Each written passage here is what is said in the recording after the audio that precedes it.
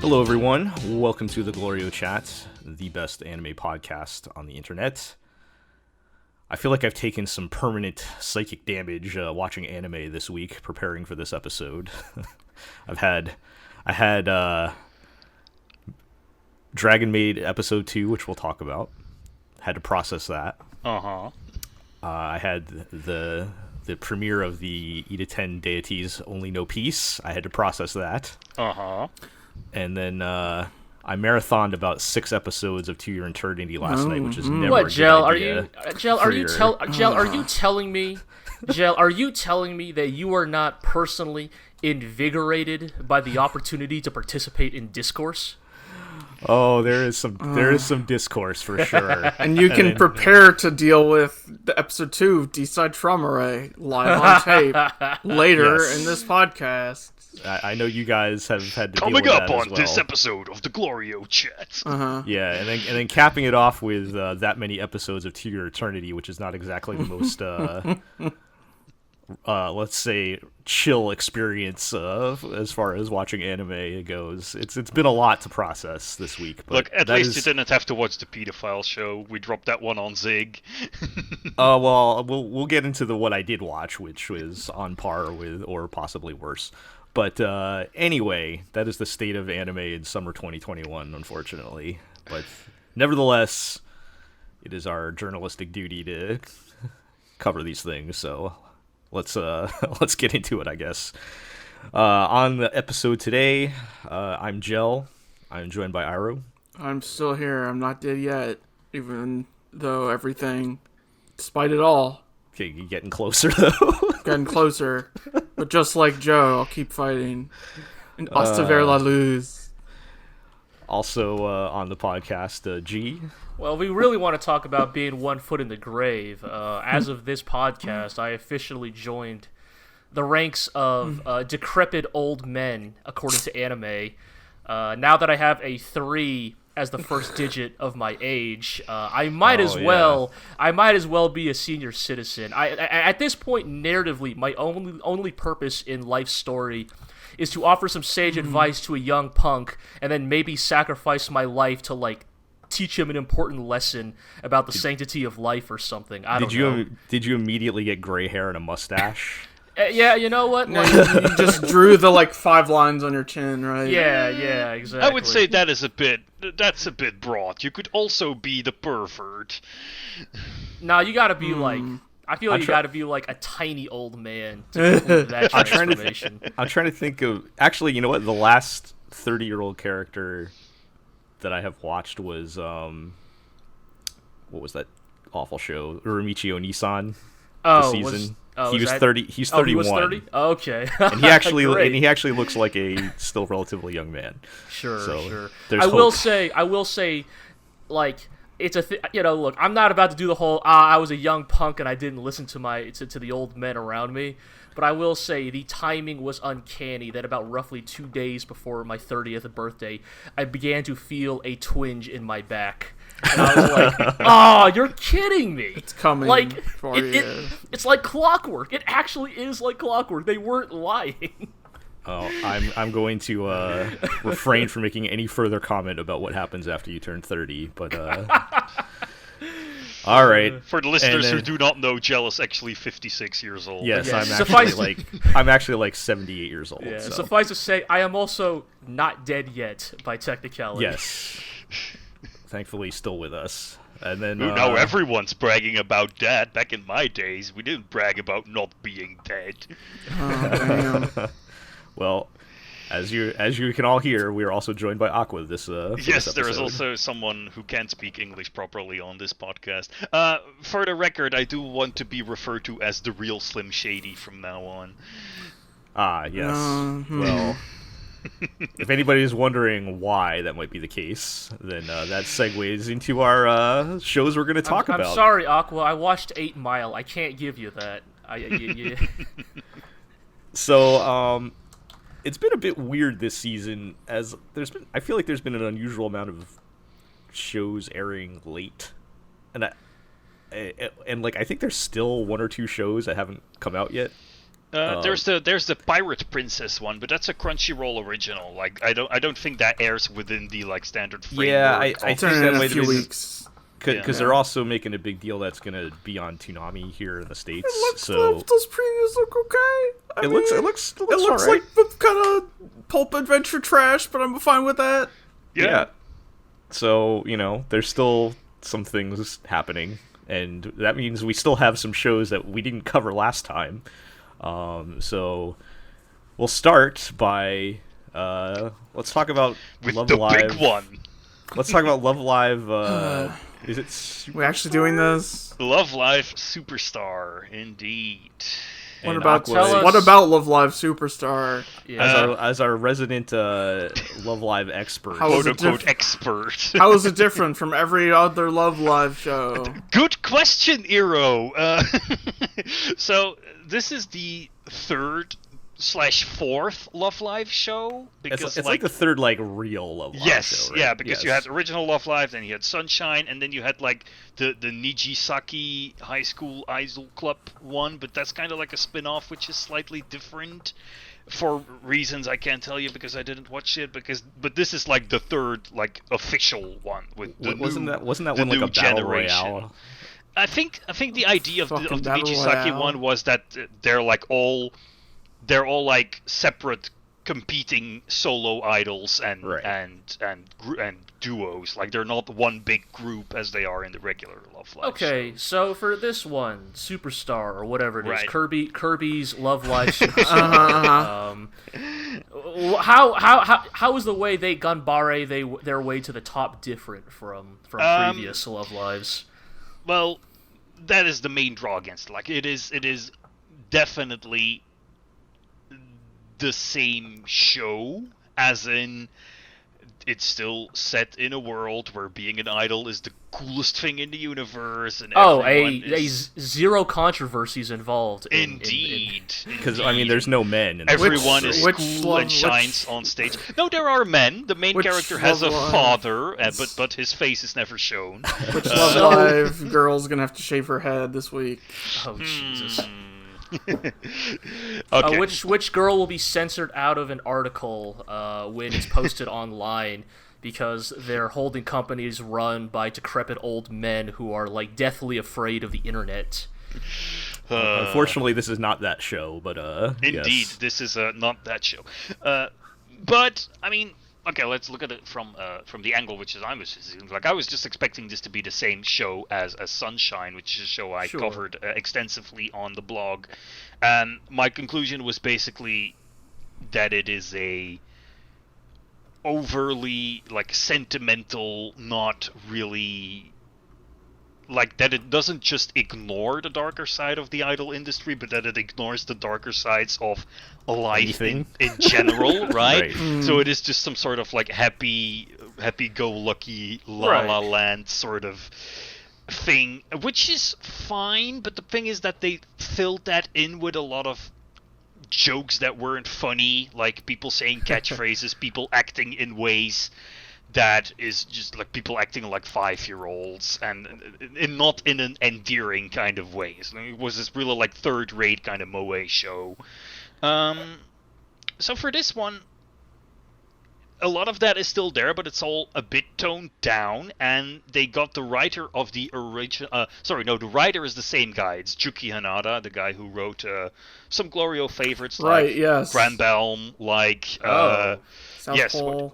South Pole Girls, indeed, Sound Euphonium, stuff like that. So he's a competent writer, definitely. That guy really wrote all three of those? That's such a weird fucking Yes. career trajectory, but alright.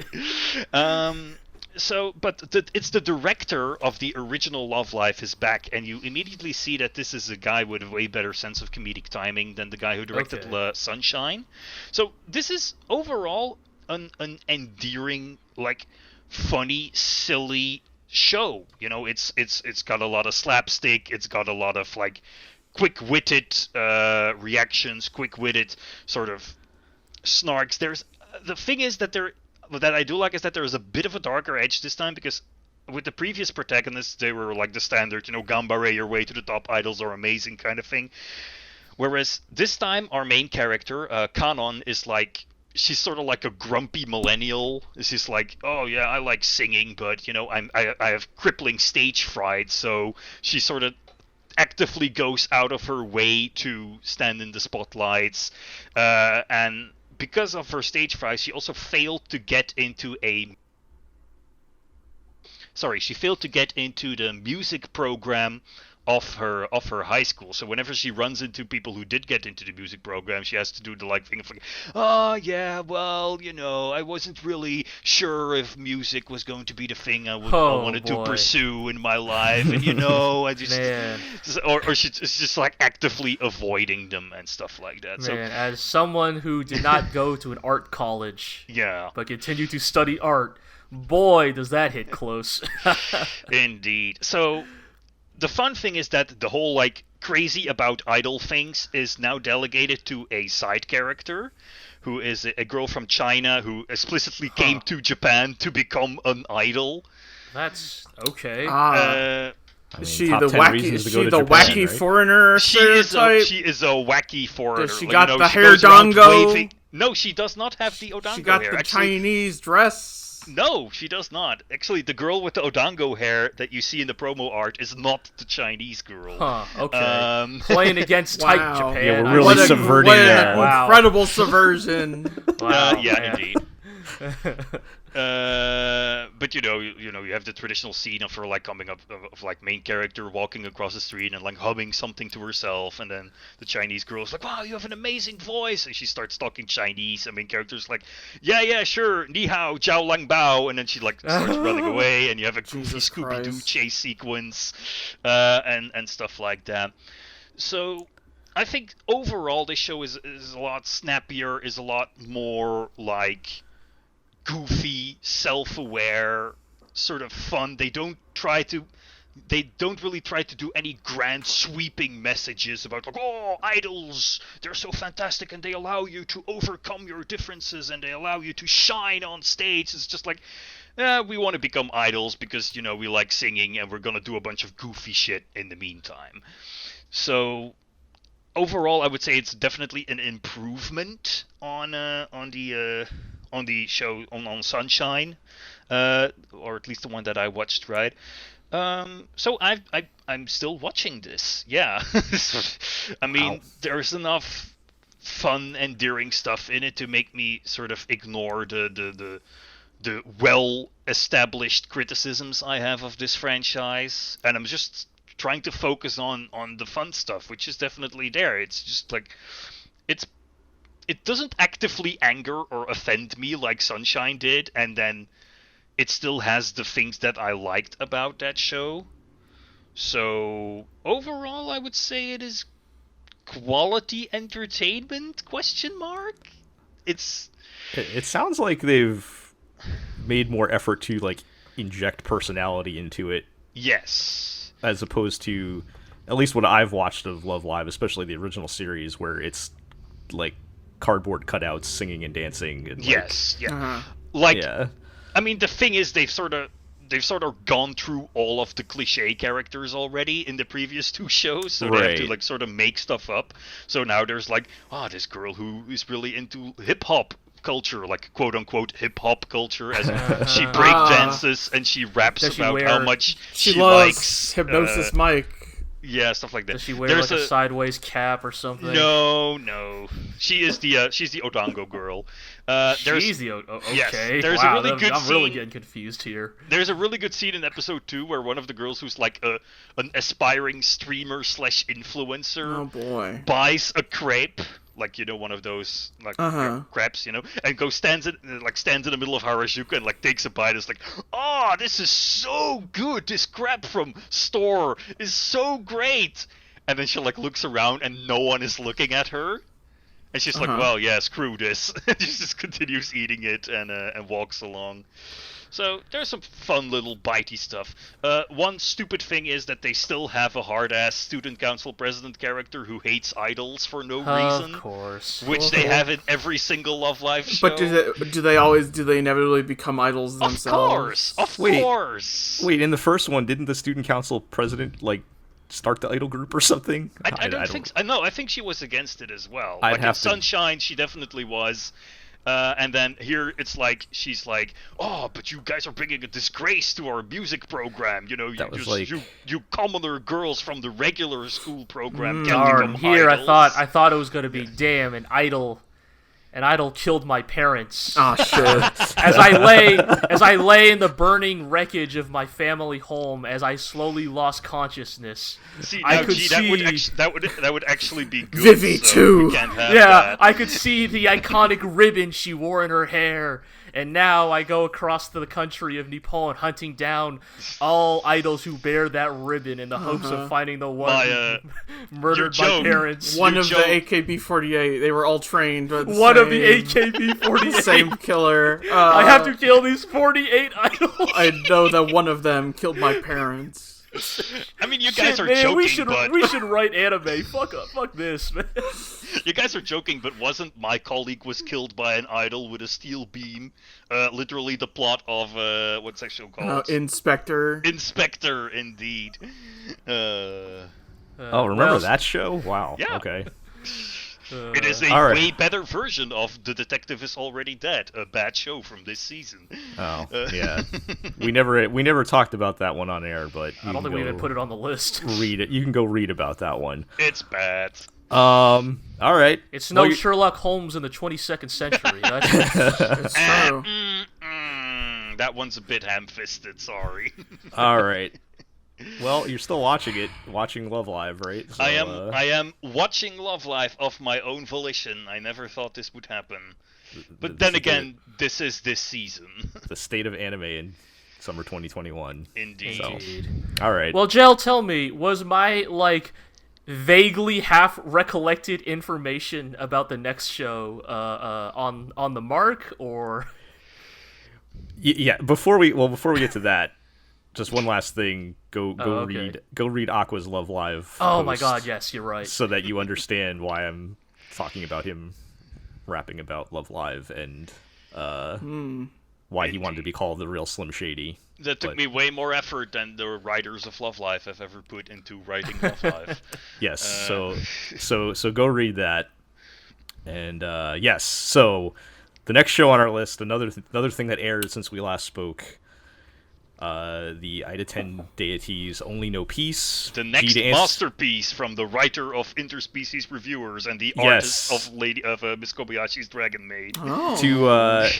To answer your question, G, yes, you are correct. You identified that this is the show you were talking about. The third-hand game of telephone information I saw. So yes, when we spoke about this last episode and we started identifying all kinds of red flags on this one, and it was not good. It debuted with 2 episodes. I did not want to watch the this. hallmark of quality. Well, I was assuming that's because it aired late, so it's kind of catching up.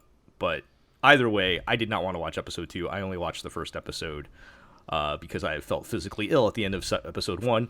Cool. Always a good sign. Okay, just as a general description of the show, I don't know exactly what they're trying to do, but my interpretation is it feels like they're trying to do a subversion of the classic Shonen Jump colorful kids battle anime, but this time real edgy and dark and bloody. There's actual collateral damage, and they have to take responsibility for their and actions. not just the violence and stuff, but the general real flippant I'm too cool to care attitude that it has. Everything's kind of all the really violent and serious things that happen are kind of laughed off or almost like a joke or something, or it's like the real, when you guys were talking about Get a Robo inhabiting the spirit of 90s anime OVAs in a good way, this is the 90s anime OVAs in a bad way sort of attitude. Man, there's this girl with her tits out. Oh no, she got decapitated. Well, I guess I'm too cool to care. Yeah, so that kind of stuff. So I mean the end of episode 1 is what we talked about last time with there's basically a nun that gets assaulted, and the way, not only was it bad enough that it happened, but the way they depict it was in a very strange, almost silly sort of way. Like, it made me very uncomfortable. Like it's being played off as a joke or something. Like, I think they were maybe trying to take the edge off of what was happening, or maybe it was, I don't know what the hell they were doing, to be honest. And I like I said, I felt like ill after the end of the episode. I'm like, well, I'm done with that one. Not watching any of that. Nobody else should.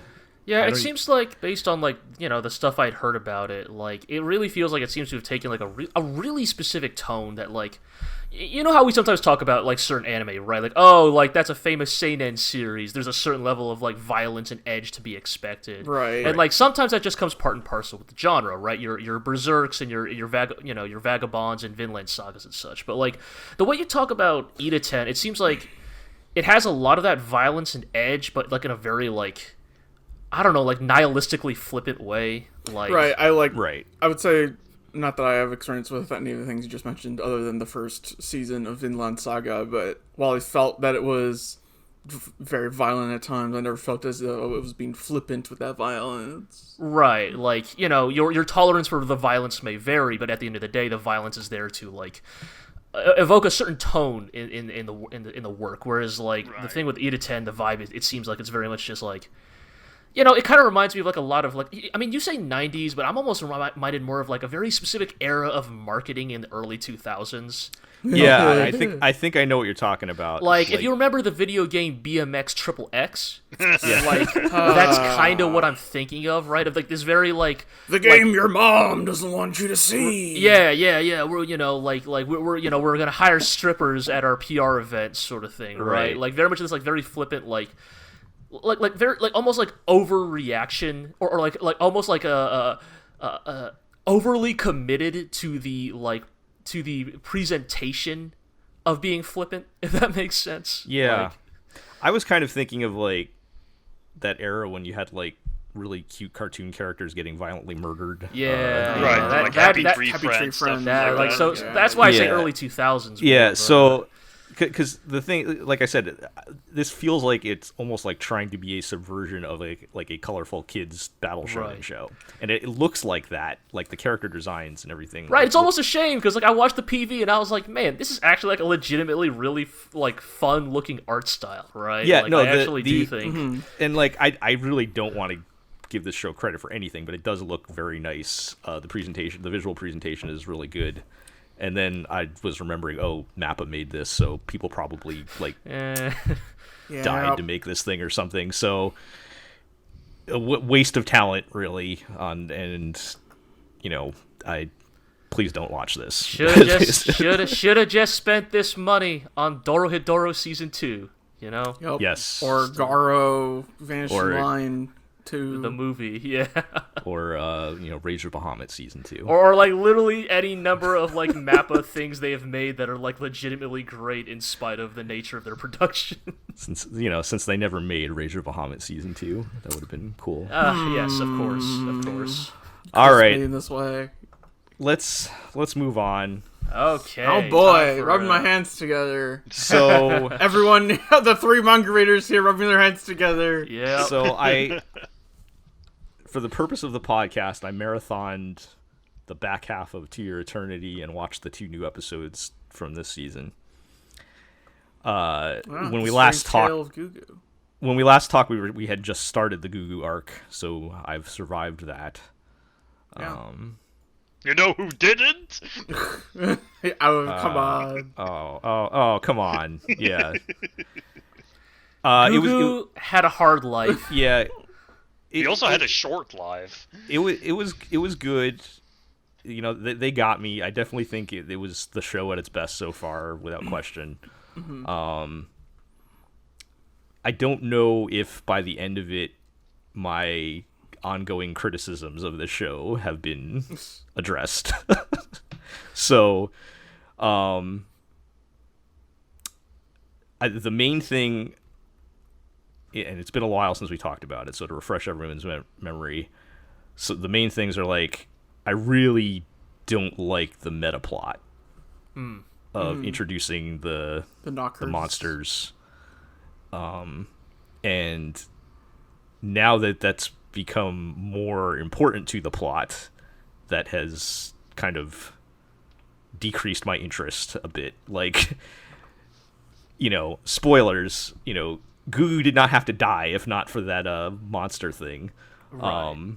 And it's like, I feel like I was thinking about it, and it's like the story is at its best when it is like depicting Fushi experiencing like real life good and bad, right? And there are enough bad things in the real world that we can deal with and process that without having to introduce some kind of magical plot device that keeps things moving. And I don't feel like it helps the show at all, like having that in there. And that makes sense. But I think I would broadly agree with what you say, but I think the purpose of the knockers is to, from the very start, introduce something that is an actual threat to a character who is immortal. Like, Fushi is terrified of the knockers because they can take everything that he cares about away, his memories of his friends who has died, the forms that he took. So I think that they work as a sort of general threat to make sure that the viewer doesn't become like the traditional immortal character of like, oh, I don't care, all of this is fleeting. Like, I think they're supposed to ground Fushi and remind him that he still has stuff to lose, both regarding his own transformation abilities and regarding the friends that he comes across. I think that's also why they're this anonymous threat that we don't really know much about. Like, right. This is not a spoiler, but we're way, like, even in the manga, we learn very, very little about the knockers, what they are, where they come from. They really only serve as a kind of force of nature to counteract the godlike powers that Fushi and his creator have. I think that's their purpose in the story. I guess my thing is like, dude, we need that though. Like, do we need the threat to like? I mean, I think the answer to that question is this is a shonen manga. I think that so the way I feel, is I think that Gel's criticism has a lot of validity to it. Yeah. Like, I do think that, like, for better or worse, like, I think that in the original manga, the knockers, they are best used as a sort of, like, how do I put this? A narrative force multiplier. Yeah, like I think they escalate a situation that is already that has already bad. Yeah. Yes. And I think hopefully, like, if you stick with at least till the end of the anime anyways, like, it will show that, like, a lot of the themes of To Your Eternity are, like, in many ways it's the fallibility of mankind combined with, like, the knockers being this supernatural escalation of those failings that sort of creates interesting stakes for Fushi to face. I think that, yes, like, if the knockers were, like, just, your generic flood Zerg, whatever, evil alien, and that was all there was to it, I think I would agree that, yes, they're not a very interesting enemy to fight. I think they're at their most interesting when they intersect with Fushi's, like, more mundane problems. Like the best use of the knockers of the manga I always remember were, like, they would always show up at the worst possible time. Like the one and only time in which their presence could, like, really, like, permanently ruin something is when coincidentally they always show up, right? Like, it's almost as if they are driven to ruin Fushi's lives at his most pivotal moments. Yeah, when we had the scene where Gugu is talking to Reen and like the balcony just breaks, I'm like, are you kidding me? It's almost comical. Come on, yeah, like, really? It's almost. It's funny. Yeah, and that's kind of what it is, right? And but that's not satisfying to me. Like, it just feels like, we gotta keep the plot moving. Let's break this balcony and murder everyone. Like, I do understand your issue, though, Joe, because it is that thing of, like, I think Gugu's arc works because, like, I think it does address some of like the complaints you guys had earlier of like there's not enough good to be shown to balance out the bad. Yes. And I think Gugu's arc does a wonderful job of like allowing Fushi to experience like a very like mundane but fulfilling type of normalcy, at least for like those few years. Right. And like that makes because you know like March's death is like so sudden, like it's so like I mean and in some ways that works, right? The abrupt nature of it, like the very like what's the word? Indiscriminate way in which she dies, I think works thematically for that. But for Gugu, it's very much more like, you know, this is kind of like this is To Your Eternity at its best, right? Like the highs and lows of life, you know, the bittersweet nature of living with people you care about, and yeah, like you know, in Gugu's case, yes, it was an alien transforming rock bear, but like it could have easily have been. I don't know, cancer or tripping and falling badly on his head, No, right? I think that's important, because the thing is, like, Marsh's death is supposed to be impactful, and with all due respect for Gugu, but his death is only there to close out the arc and make sure Fushi moves on to something else. Yeah, I mean, that to me, that felt like, because we have this escalating monster threat, it's like, well, we need to give Fushi a jacked guy who can spit fire into his arsenal of characters here to fight the monsters. Like, I don't know, and going back to my other point, like, there are plenty of other real problems, both big and small, to like I'm not saying it has to be like everybody grows old and happy and has a great life. Like, there are other problems to deal with, like other ways to bring in conflict, even if it doesn't threaten, you know, Fushi's existence per se. You know, there are other ways to do that, I feel like. Right. Yeah. And the whole monster thing just feels like Aqua said, well, it's a shonen manga, we have to have, I mean, that kind of leads into the next arc. There's a tournament? We're having a tournament arc? I mean, into your eternity? It's a tournament arc in as much as he is technically fighting in a tournament, but like I assure you that it's not really the focus of the this tournament part of is the mostly story. the tournament is mostly just there to establish this, you know, as it's a dog-eat-dog world, and the might makes right. Like, I'm not sure I understand what's going on. I mean, I would say narratively, the only like real purpose of the tournament arc is to make Fushi's powers more known to the public, and to attract people who may be interested in Fushi and his powers. Well, I mean, we left off with what's her name showing Hayase is back. my favorite character. Corona, you should have killed her when you had the chance. Right, yeah, You and saved I'm not us a lot of trouble. like, I don't know if it became clear to you at this point, Jill, that that Fushi being able to transform into Perona means that Perona is dead. Right. Yeah, the nature of how his powers work. I wasn't 100% sure if that meant she was dead or he got the ability to turn into live people, but my general thought was yes, that means that she's dead. Yeah. I do think that, like, as time goes on, like, that is definitely one of those areas I think To Your Eternity does, like, succeed in, is, like, every time Fushi gets a power-up, it's a very bittersweet moment. Yeah. Because, like, it comes with the understanding that, oh, like, that person's no longer here. That's why I can do this. And Perona is kind of going to be the first of I think many transformations down the road that will evoke that feeling. Mm-hmm. Yeah. Well, I don't know, guys.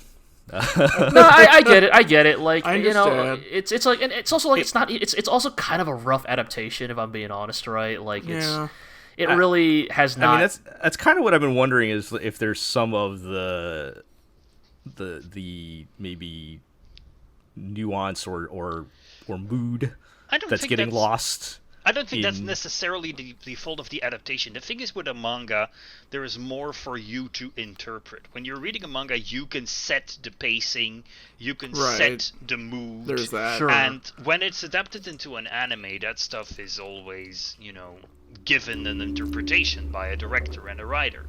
And it very often happens to me that when an anime is made out of a manga I really like, those things do not match. Like my interpretation, my method of reading does not match with the interpretation that is given by the adapters, which doesn't necessarily make the adaptation bad. And that is also the reason why, because I'll be honest, I didn't remember how Gugu died in the original manga, because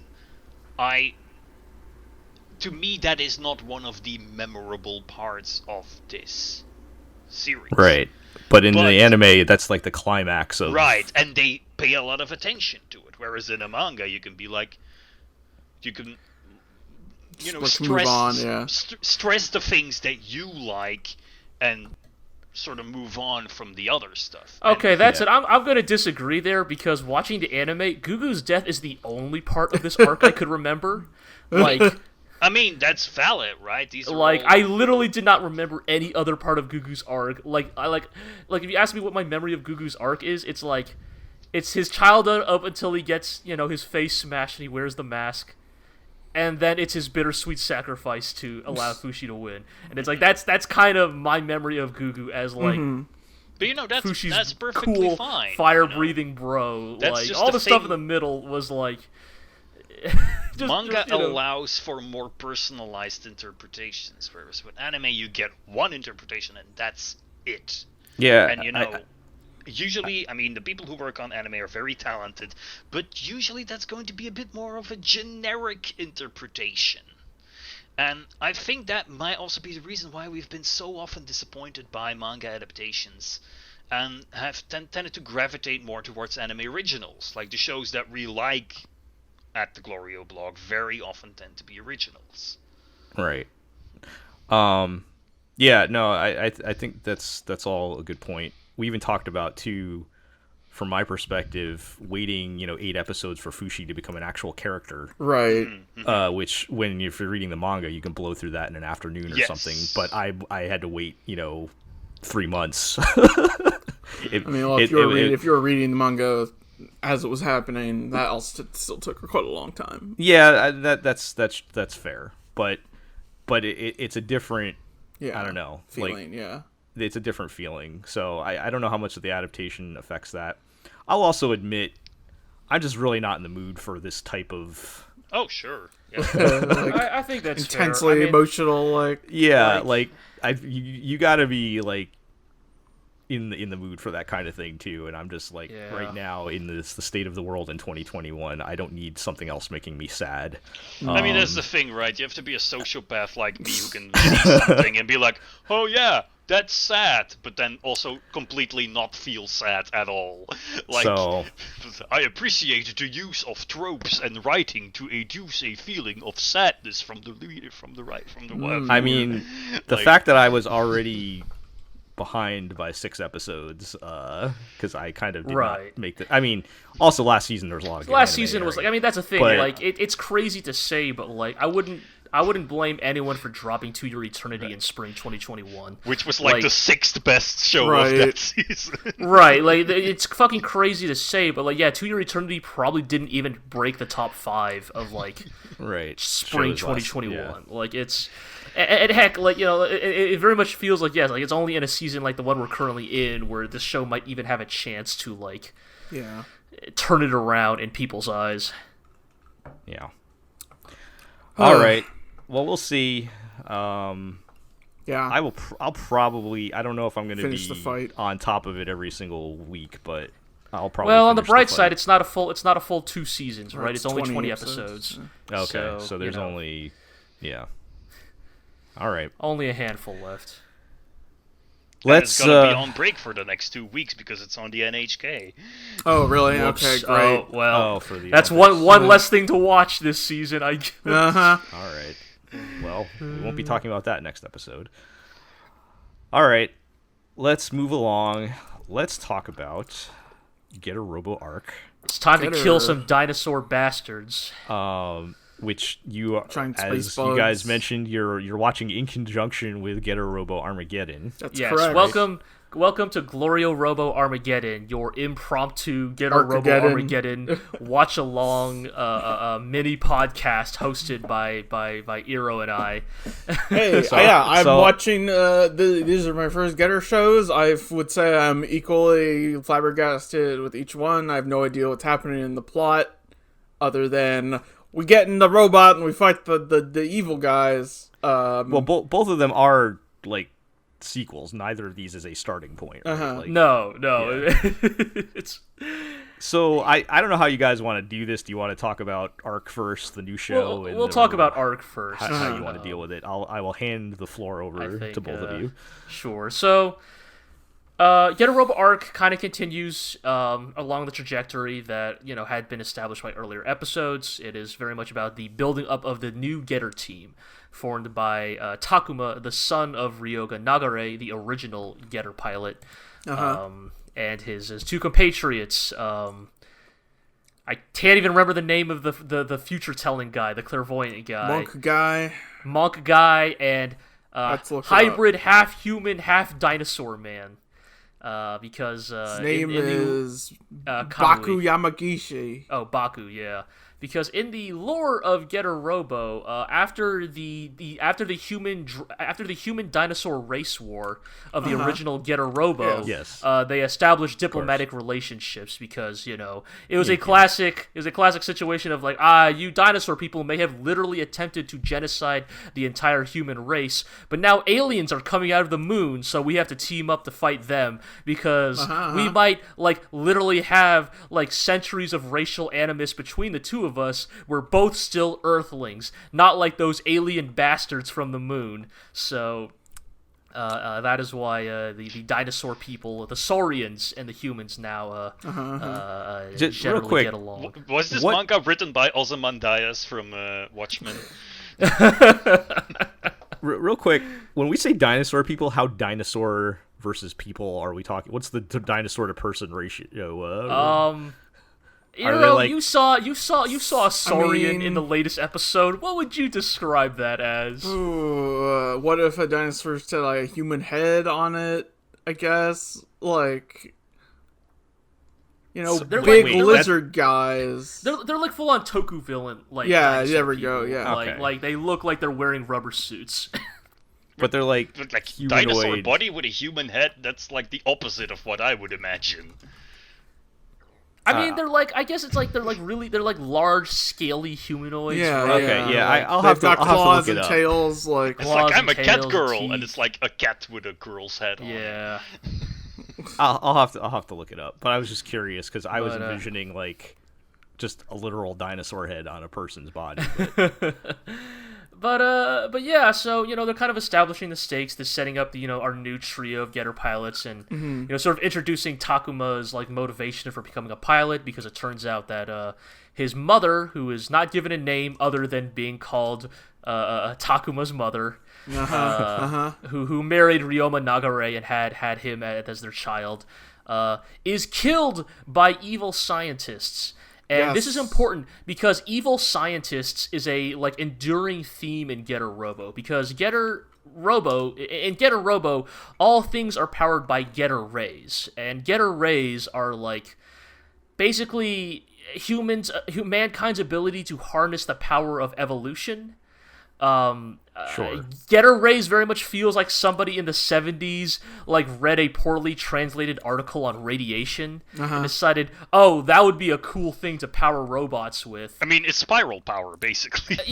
Spiral power are Getter Rays. Fundamentally, anytime I say Getter Rays, just think spiral power. Like they're like literally like identical. Like Imaishi very obviously just stole Getter Rays wholesale. Yes, I'm pretty sure I'm reading here that Nakashima gave a memorial address at Kenishikawa's funeral, so there you go. Like that tells you, right, like the influence there. And the constant like refrain in Getter is like the hubris of mankind abusing powers, for their own selfish means, right? And so this is often represented in the form of like hilariously evil-looking scientists. Eero Tell me what you think of some of the scientists we have seen in Getter Robo so far. What would your impression be of the profession of science in the Getter universe? I wish they were slightly less looking like racial stereotypes. Like, What, you have an issue with Cohen and Stinger? a little bit. When they're like, this dude looks like a literal monkey in human clothing, and this dude literally looks like a gorilla in human clothing, and they're just like, but they're like evil aliens or something. Right, that's a thing. They're aliens. So the often evil scientists in Getter Robo are actually revealed to be alien infiltrators wearing human skins. Right. To steal Getter technology. It's a lot. Getter Robo is a lot. I mean, the whole point of my rambling here is that, like, if there's anything I can say say about Getter Robo art, is that it is Getter true and true. Yes. Despite its budgetary issues, despite... Yes, I can still appreciate them launching into battle, and then all of the enemy drones form up into formation to form the face of the evil scientist who killed Takuma's mother, and he screams, it's my mother's killer, and charges straight into the swarm, comes out the other end, and he's like, why isn't it solid? I'll kill you, Professor McDonald! You killed my mother! And it's like, alright. That sounds pretty good, but does it still look like ass at this point? It still looks like ass. And for that reason, I think we connect that to Getter Robo Armegeddon. We have finished watching the first 3 episodes, which were notably directed by one Yasuhiro Imagawa of G Gundam fame. Yes. And the thing about Getter Robo Armageddon is that on some level, content-wise, it's not even that dissimilar to Arc in terms of, like, its extremely, like, po-faced dialogue and meaty protagonists shouting at the sky. But the thing that, like, makes it all work is, like, a much more competent, like, hand at presentation and style. Right. I've watched Getter Robo Armageddon before. I'm rewatching it right now with Iro, and, like, it's a 90s... Yeah, it's a good-looking 90s OVA, These dudes have a bunch of hatch marks under their face, right? The shading is all 90s style, Like, they got that look. Imagawa is a good director. Yeah. And it's like... And I think it's that thing of, like... Getter is in and of itself already a bit of an acquired taste, but I think that, like, it really requires actually, like fairly good presentation to make it shine and sell, like, the absurdity it's trying to, like... present. Like, if you think about, like, Gurren Lagann, right? Like, again, Gurren Lagann very, like very much specifically inspired by Getter. Like, not Mazinger, not Super Robots in general, specifically Getter Robo. And the reason why I think Gurren Lagann worked is, like, I mean, I think, for a lot of reasons, right? Like, a likable cast and, like, interesting stakes, but also, like, it was a very well-made show. Yeah. Like, Gurren Lagann almost never looked bad, right? Like, it was a great-looking show. And so, when it's telling you, oh, yeah, like, this dude transforms into a drill, and he sticks that drill into his head. If you can get the right presentation, you just go, like, yeah! Right, exactly. Like, no matter how absurd the thing being shown to you is, you can buy it, right? Like, in Getter Robo Armageddon, the evil doctor reveals his plan was to fire the Getter rays from his ultimate creation, Shin Getter Dragon, which is basically just the Devil Gundam. Fires its beam, which is an evolution beam, and causes dinosaurs to come back because it hyper-accelerates evolution. Yep. And so somehow dinosaurs come back, but they're like fucked up alien dinosaurs. And that's absurd. I mean, I don't even know why I'm describing this to you, but, like, it looks cool. Right. Yeah, and I mean, I'm not sure what he was actually trying to do at all, but... But hey, he made weird alien dinosaurs. That's all you need to know, right? Exactly, and... No, I remember that. I remember what you're talking about in Gurren Lagann. That the first time I watched it, there were a lot of moments where I was like, "Wait, did he just like pull that thing off his head and stick it on his head with no explanation?" And yeah, it's like, yeah, he did. Yeah. That's all you need to know. It's Gatai. What of it? That's how, yeah. That's... Yeah. And I think that's a thing, right? Is, like, I think that that level of I think that level of absurdity is very fun in anime. In fact, I think that is in many ways why we give Trigger as much rope as we do, because they have a shamelessness in embracing that type of absurdity, but it does require, I think, a certain level of presentation to sell that. And I want to like Arc. I think I do like parts of Arc, but by and by it just. Its heart is in the right place, but it just doesn't have the resources to sell the absurdity it's trying to build. No gas in the tank on Arc. Yeah. It's just Yeah, it's kind of how I feel. Right. And I mean, I don't know if watching Armageddon at the same time, which is it's not making it look any better. No, it really isn't in comparison. This is the thing you're trying to be, right? I mean, to be this, partially even the same director who worked on both series. Right, yes. So... Well, are these on the same timeline, or is that too complicated to even get into? It's the way I would describe Getter Robo Armageddon is I might need your help with this. It's an anniversary project, so it's not part of the canon timeline. It's sort of a right nebulous this is an original universe written to celebrate. My understanding is much like the Giant Robo Day or the Earth Stood Still manga, rather OVA. It just takes pieces from all over Getter and all over it's kind of a best body hits. of work. Yeah. And combines them into a single story. So it's a Toku crossover. That is a good way to describe it, yes. Okay. Which probably looks cool, at least. It does look cool. All right. Well, we'll be more in touch on that next time, for sure. Speaking of a show that does seem to have gotten a disproportionate amount of resources poured into it. All right. I was gonna say, speaking of a show that, as opposed to Get a Robo, looks good but has nothing underneath. I can't put this off any longer. Oh, no, I wouldn't say Get a Robo has anything underneath. All right, we're talking about characters who say stuff like, "That's why you want pilots with big balls to pilot your robot, huh?" Let's not get it twisted here. All right. Speaking of big balls. Yeah. Well, speaking of balls, boy. Let's talk about Miss Kobayashi's Dragon Maid S. All right. Tell us about these. I don't know how much time I want to spend on the nuance of the Kobayashi magically gets a dick arc, but that is what happened. I've heard it's bad. It's not great. I think. All right, here's what I'll say. Mm-hmm. I did go back and look at the chapter in the manga to compare, and Kiwani did a couple of minor things to make it slightly less worse. I also think that had they just removed the whole gender aspect out of it, it probably would have been fine, and it would have basically been exactly the same, just without the harmful implications. Yeah. But they did not do that. That's a big if. In fact, the actual title of the episode is Ikemen Kobayashi, hot guy Kobayashi. They explicitly say, "Oh, she's a man." And they very much say frequently and often, "Well, she has a penis now. She is a man." Yeah. And so that's not cool. And there's the implication that she is now more physically attracted to Toru than she was previously, which I would push. All men are just, rapists who... I would push back a little bit on that. I would push back a little bit on that because there have been many other times where Kobayashi has shown herself to be physically attracted to Toru in a similar manner.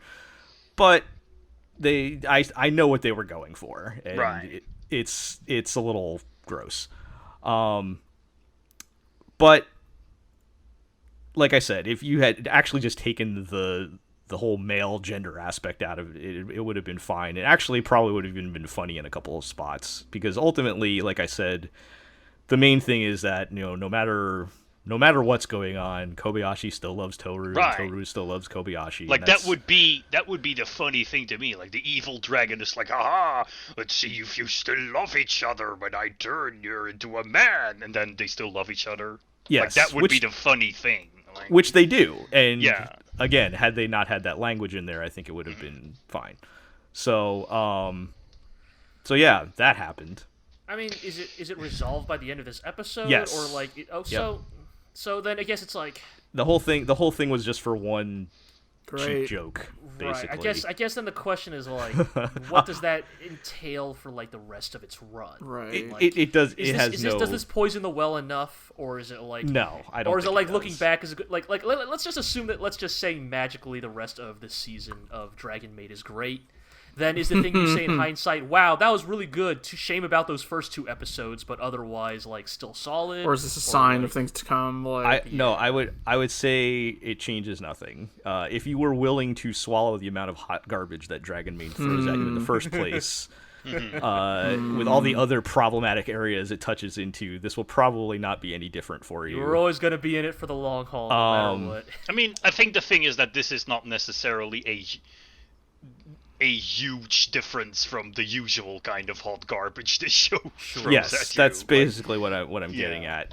It's a little more, I guess, over the top than some of the other things that it normally does. A bit more explicit, a bit more over the top, a bit more quote unquote problematic, but not really. But like, it's not really. yeah. I don't know if I would really judge it as any worse than any other things, which is not to excuse the other things it does. But I'm just saying, if you were already putting up with the other things it's doing, I don't think this is going to be different. But everyone's mileage is going to vary on that. I'm just saying what happened. Okay. So I have another question about this show. Okay. I saw some screenshots from the 3rd episode, and what's up with the girl who's doing the like creepy orgasm faces? Oh yeah, so that's one of the other. So. That's been going on since practically the first episode. That's not new to season 2. So some of the other bad things that happen in the show, which I'll point out, the only reason I gave the show the time of day is because, again, like, a significant portion of the show is very good, and I can't really think of another show that's had things I loved so much and things I hated so much in like equal proportion. All the time in every episode. But yes, so Aqua, what you're referring to is their so the main family is Kobayashi and Toru, and then they have their adopted dragon daughter Kana. And Kana is basically an elementary school girl, and they treat her relatively fine, but she has a friend from school who has very adult feelings about Kana. Is this the joke where 10-year-old she's like 9 but she's mega horny? Yes, and she is very much in love with Kana and has, like I said, very adult feelings for Kana, despite them being like 9 or 10 years old. Hilarious. So so all of the side characters in the show are awful, and that is one of them. So those are the kind of things you have to put up with. It's just like if you thought Kuroko Shirai wasn't quite creepy enough, what if she made even younger? Yes, make her even younger, and that's what she's basically the same character. And then so the other development was, so like the evil dragon girl that gave Kobayashi the magic penis. I can't believe I'm saying this sentence. I'm sorry, can you repeat that? Can you run that by me again? So it turns out, her, of course, all of her problems are not her fault because of her tragic backstory. And well, of course. What's her tragic backstory? I don't know. Her parents were killed by a penis. She used to be friends with the humans, and then the humans tried to kill the dragons, and the dragons murdered all of them. And I don't know, man. Point is, I thought that backstory would be tied to like her boobs are too big or something. I don't know. No, they make some more jokes about that, but that is not of course related to her backstory. So of course, none of this was her fault, and she's actually a really good girl. So the Kobayashi and Toru basically take her on as their second adopted daughter. Right, here. she joins the squad. She's like their like moody teenage daughter now, and whatever. I don't have so much of a problem with her character as a character. It's just her design. Her character design is like the worst character design I've ever seen. Look, this mangaka has a very is a very weird guy, and it's honestly surprising that so many of his manga get turned into anime. Like the guy has is it surprising, three though? anime. What? Is it surprising though that I mean, this guy has 3 anime adaptations. This guy has got this season. 3 anime and fucking. Mizukami got Thank 1. you.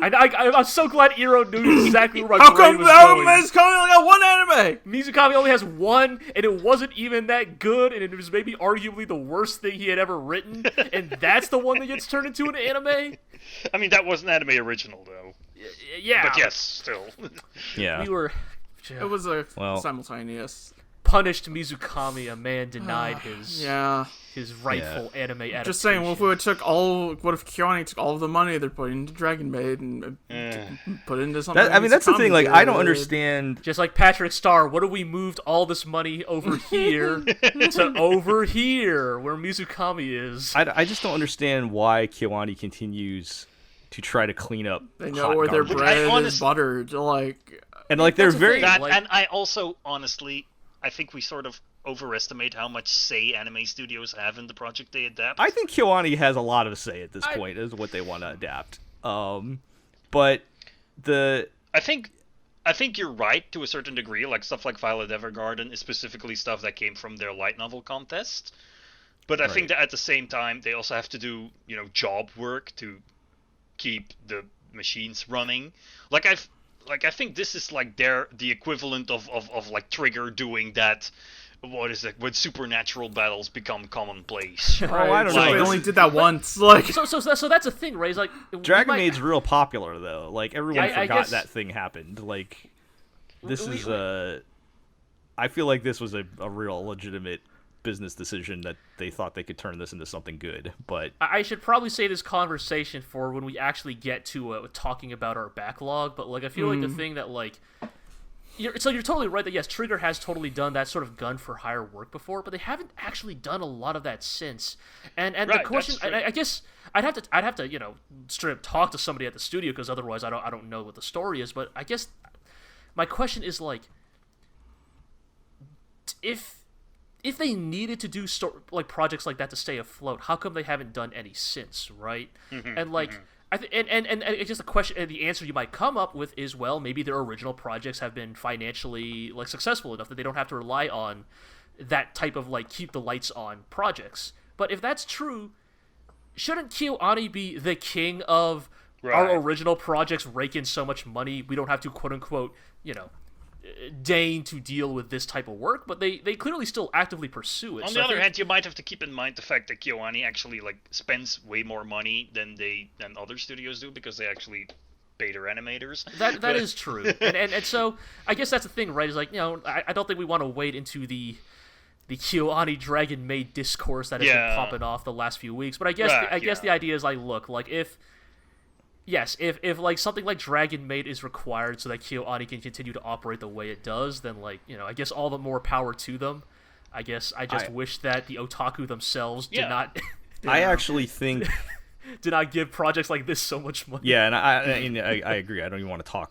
I don't even want to touch some of those conversations that were going on. But I think something like Dragon Maid, I think was an intentional choice because there are.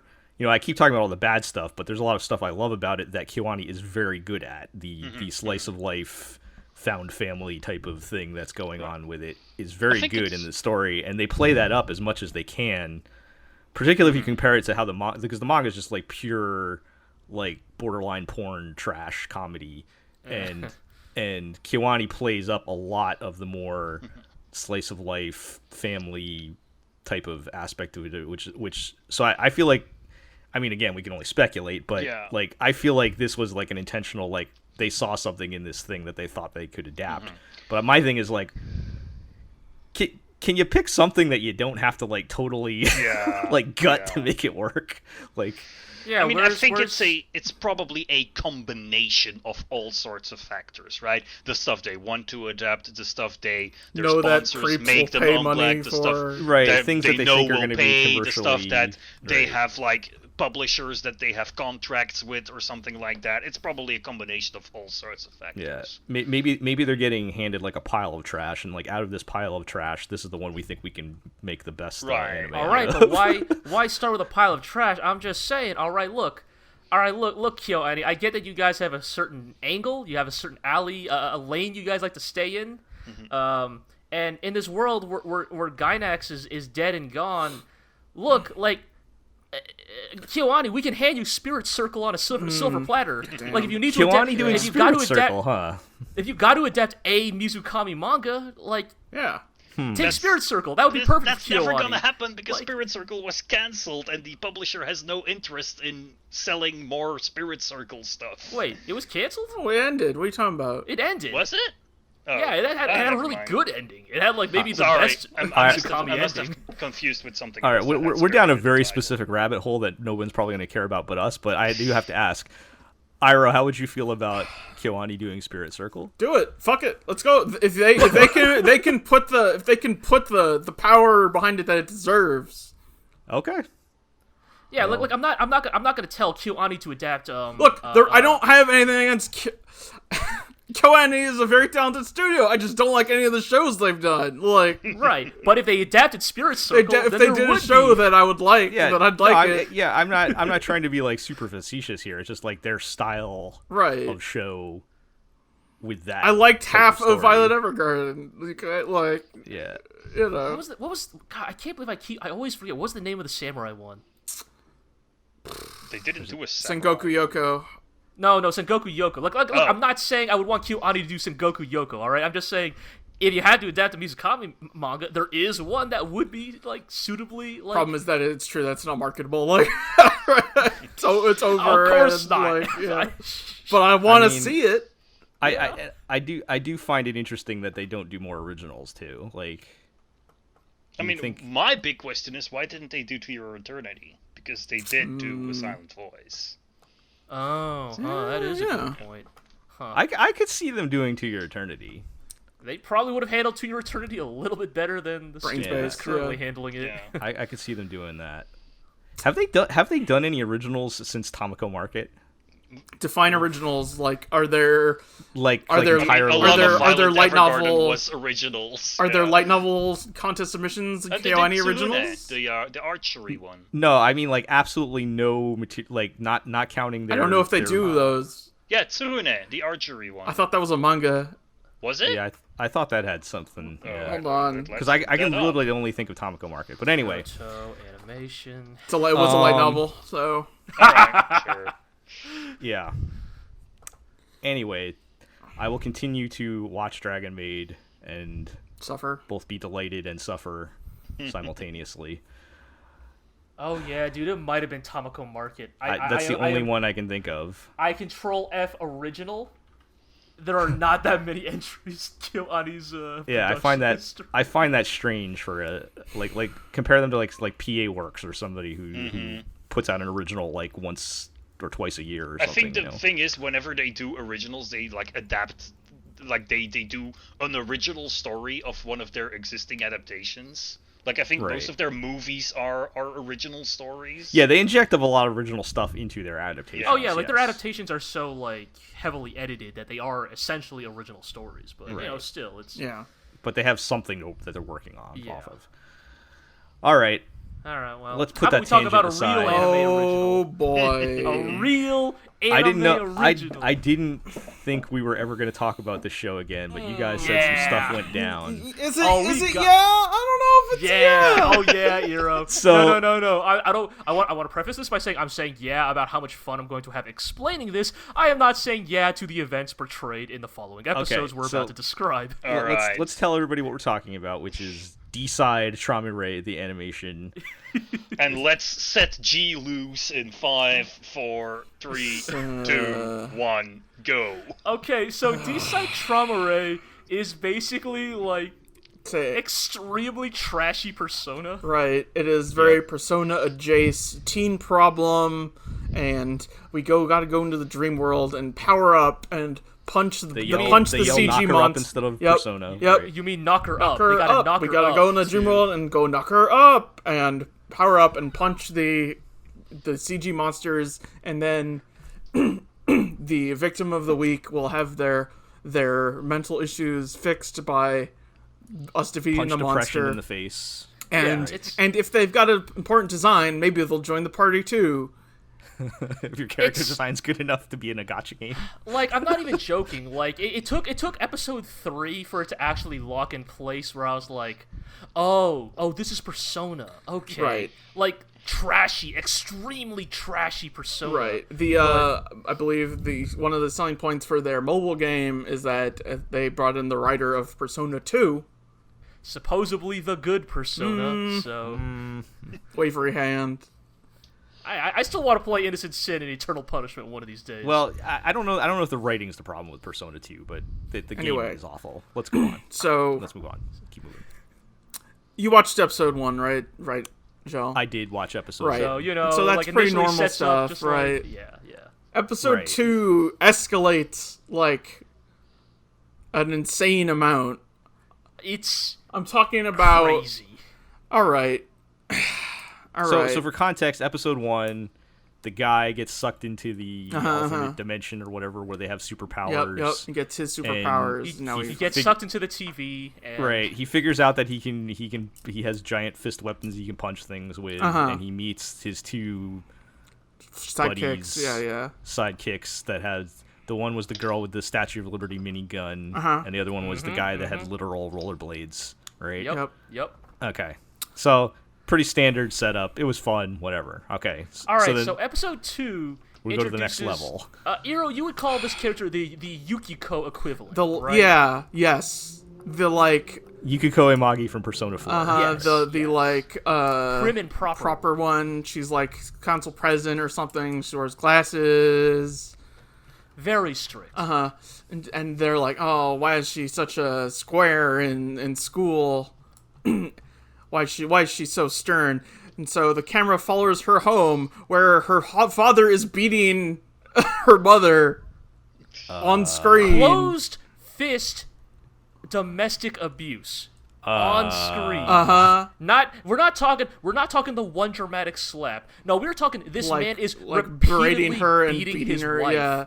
Like in their like hyper conservative Japanese mansion. Like he's literally a cop, I think. He's literally a cop. He is literally a cop. He's like, I'm meeting the police commissioner next week, daughter, and you will come with me because you are to be married to his son. And which is like doesn't even make sense. The police aren't in theory, the police are not a hereditary position. That's not how it works. Right. But like we see this like it goes back to her house like 2 or 3 times over the course of this episode. And each time, every he's, time beating his wife, and like she's bruised, and like it's really upsetting to watch. Actually, it's like this guy's a monster. Like this again. This is not like look. In terms of how domestic abuse is often portrayed in anime, it is often the dramatic slap, right? Don't talk to me, woman, slap. Oh, she runs away, right? No, this is like, don't you get away from me, grabs her, keeps beating her. Like, it's really distressing to watch. I have not been this upset about it, like how it's been portrayed. Like, I don't feel as though it's been portrayed this heavily on screen since like Erased.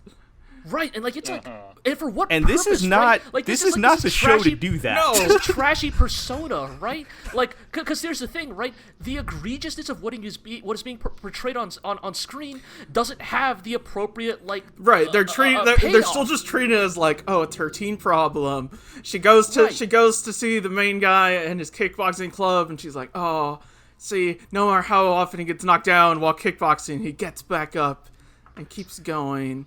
And it's like basically like her shadow maybe because she'll it's learn how to kickbox too or something. Right, it's like so it's like Persona where like she gets lulled by like the dark forces, right, that like prey on her darkest like insecurities, right? It's literally that one comic where it's just like the shadow's just telling the Yukiko girl here, don't you want to go ape shit? And she does. Right. So she does the you're not me. Oh no, yes, turns into a shadow. The shadows puts puppet strings on her and is like, haha, you'll always be a puppet who doesn't know freedom. Wow, it's symbolism. So here's the thing, right? Like, I see something like that, I can't help but start cackling because I'm like, oh, it's so on the nose. I love it. But right, and so that's the thing, right? So they fight her, but then Hiro they fight her big powered up shadow form, right? Tries to kill her dad, and the hero is like, no, he does the standard shown. I don't know what's going on here, but are you sure you want to kill your dad? Is that the right thing to do? Being strong doesn't mean hurting others. Whatever. Right. Anyways, the point is, it ends. She gets an extreme fucking makeover, like fucking 90s teen movie makeover. Take off the now glasses. She takes off the glasses and wears full body stocking with a bikini top and a half skirt and a bolero jacket. It's a really extreme outfit. I'm going to be honest. But she becomes an anime. She is it a 4-star or a 5-star kid design? Oh, probably 5-star-ish. Probably it's got that energy. Okay, it's really out there. And she walks into her house, and her father's of what are you wearing? Girl, what are you doing? I'm gonna start beating my wife if you keep dressing like this. And I'm not even joking. Right, yes. I'm not even joking. This dude's a monster. He's a fucking one-dimensional monster. Every line that comes out of his mouth is just, I can't wait to start beating my wife.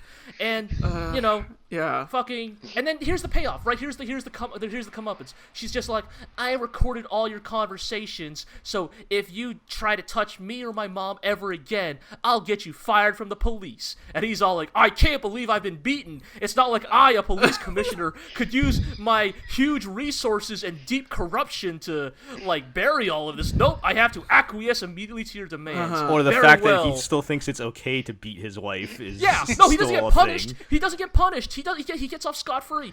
All that happens is he agrees to stop beating his wife, but he doesn't, get punished. He doesn't go to jail. He doesn't even lose his job. Right. He just it's clutches just his fist look. impotently. It's just look. She won realistic. because she recorded him.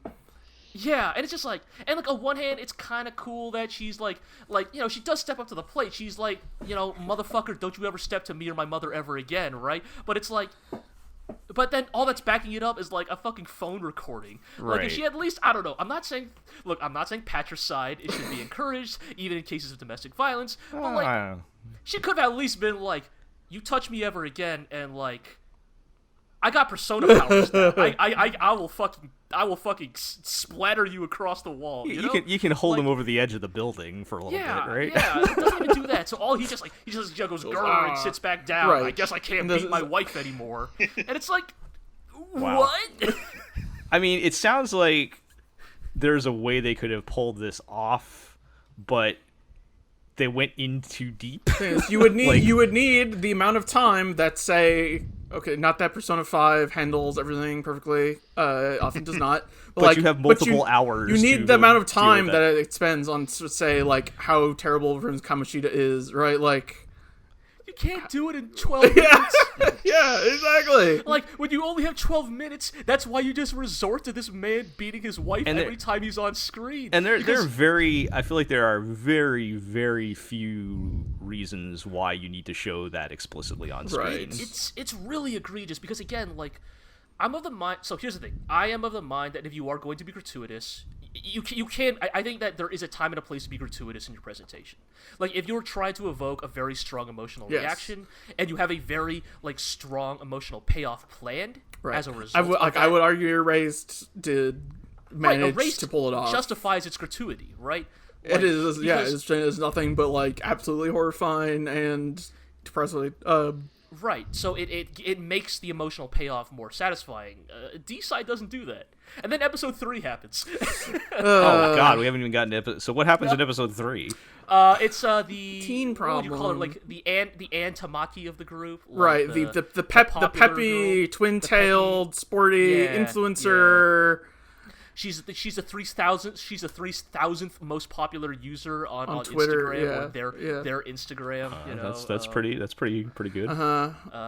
And and hers is not nearly as bad, but it also takes a similar Saturday or afternoon school special tone of hers is about bullying, right? And how one of her followers develops a parasocial relationship with her and is all only you can be my friend. All your other followers aren't your real friends. That kind of thing. And she comes from a place of, like, depression and bullying. And there's actually, like, a fairly, like, sort of surprisingly, like, good bit where, like, the girl who is forming this parasocial relationship is, like, clearly suffering from depression because, like, she does that thing that a lot of people who are depressed do of, like, oh, you're only my friend, so you can, like, make fun of me because no one would actually be my friend, right? And it's like, oh, this actually kind of weirdly actually gets, like, where a lot of the misanthropic thoughts that, like, originate from depression Except come then from. they make a deep fake of the girl to say on social media about how she hates everybody or something.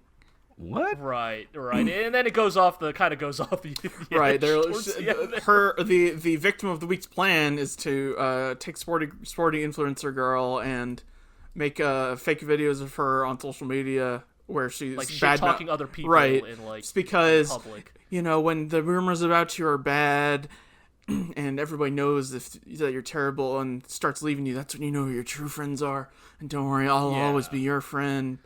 Right, it's like that. Now you'll know what it's like. And at the end of the day, like, the heroes win. She gets her new persona power. She saves the girl. It's all well and Hooray. good. But like episode 3 is much closer to the tone I was expecting. Of, like, all right, there will be some teen problems, but, like, they will be manageable teen problems. Right. But episode 2 was such an insane escalation that it's like. Only in a fucking anime would that be presented on the same level as, like, social media rumor or, like, right, not like, that social media rumors are can't be rumors, right, yes, of course, but, like, it's like episode 2 is like fucking double fisting heroin and PCP, and then you're smoking a joint in episode 3. Like, it's like, Right. it's just like you can't come level. down from episode 2. Like, it is such an absurd escalation that Yeah, everything and I else mean, just feels from what I've seen in of comparison. From what I've seen of the show, this is not the show that has the scope to handle anything beyond maybe a after school special level of, like, right serious issues here. Which I was not expecting them to do any of that. I just thought they were going to go blow up monsters. He's right. I would be fine with, like, they a basic Persona Chase, like, level of teen problem. When you're getting into the shit that was in episode 2, they're not equipped to handle that. Yes, right, this like, is not the next, show to get that and, deep like, into that the topic. next episode preview is focusing on Rollerblades Kid, and, like, I feel like the implication of that preview is, like, he came from an abusive household or something, or, like, his parents are dead. So, like, they're just doing this. Like, they're just going all in on this. It's like it's wild. Wow. Well, yeah. See, I would like more Persona adjacent content, but not like this. Not like this. Not like this. Those Voltron lion hands on his fists are still pretty cool, though. Yeah. Well, I mean, are you guys going to continue watching at this point? What else we're gonna watch? What else are we watching this season, Joe? Oh, I mean, I don't know. Uh. All right. Well, let's keep moving along. Yes. Let's talk about Aquatope of White Sand. So, Scare quotes the best show of the season. I would say it's a safe harbor Yeah, that we can return to. It's totally just like sunny Okinawa, your safe harbor. Ain't saying any of the skateboarders going down the street in this show, though. Just saying. Sponsored by the Okinawa Tourism Board. This show is like fine. I feel like it's totally inconsequential. Like, yeah. I have no capital P problems with it. However, when I watch it, I feel nothing other than like. I'll give it a little more credit I for slipped that into a lukewarm bath. This is okay. I think for me, like, look, I have become a simp for the PA works, like, working adult woman's problems shows.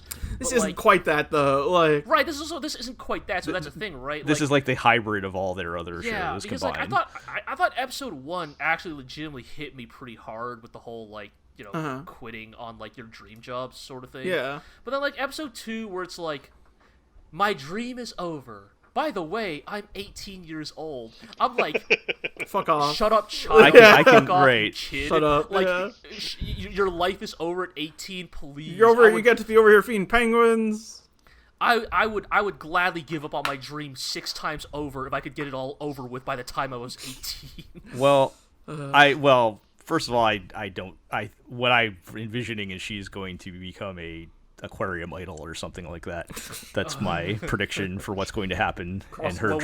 One of those local tourism idols. Yes, or whatever. Yeah. I think that's what's going to happen. That would suck. So put that on the anime. books for me for future Hate all predictions. anime now. But yeah, no, it's I get what you're saying, Iroh. This is not.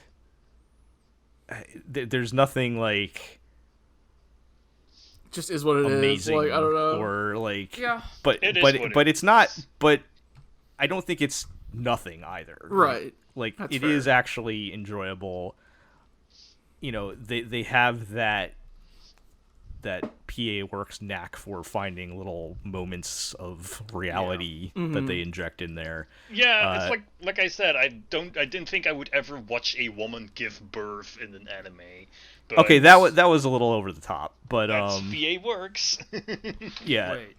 Episode 3 was a little over the top with the whole like We Pregnant gambarate this doctor. woman into childbirth. Oh, okay. I didn't catch episode 3 yet. I only watched. Oh, okay. Basically, yeah. It's okay. I don't care. Basically, about spoilers, like but that is- they discover that one of the penguins, the specialist penguin, might be sick. They call the vet on short notice. It's like, is it okay The for vet's the on vet? maternity leave because she's Right. about to give birth. Yes. Oh, And okay, so sure, starts sure. giving birth inside of the aquarium. I see. A truly blessed child Yeah, and born she- in the Okinawa aquarium. Well, Gamma She get- aquarium.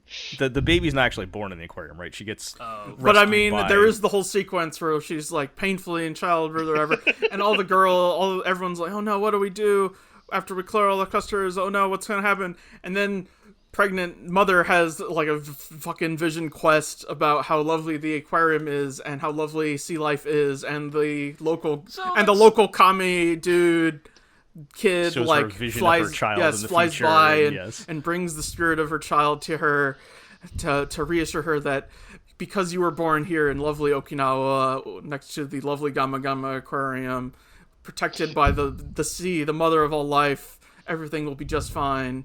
And it is the heroic tourism board lady that rescues her and brings her to So the I hospital. mean, so that's like the thing that Oh, like the that is maybe. super cub! So like that's maybe the part of this where like maybe it does start to fall apart for me is the like extreme like y'all heard y'all heard me when I was talking about how I actually kind of like product placement in like anime because like there's a certain like verve to it. Right, when Kokias is having a war story and then the Pizza Hut, Right, I always feel a little weird about the tourism oriented ones like because it feels like kind of desperate in a way that isn't as endearing as like Super Cub or Pizza Hut. Right. Like Pizza Hut like- doesn't need to put pizza in Code Geass, right? no, that's why it's fun, right? That's why it's What's funny, stupid, right? yeah. Like because it's like oh, it's Honda like some- doesn't need to sponsor Right, Super it's Cub just that anime. some exec thought it would be cool to have this as an alternate. You know, like it's a neat thing to show at your like investors meeting at the end of the year, right? Like, oh, we like didn't, hey, we put this in an anime, you know?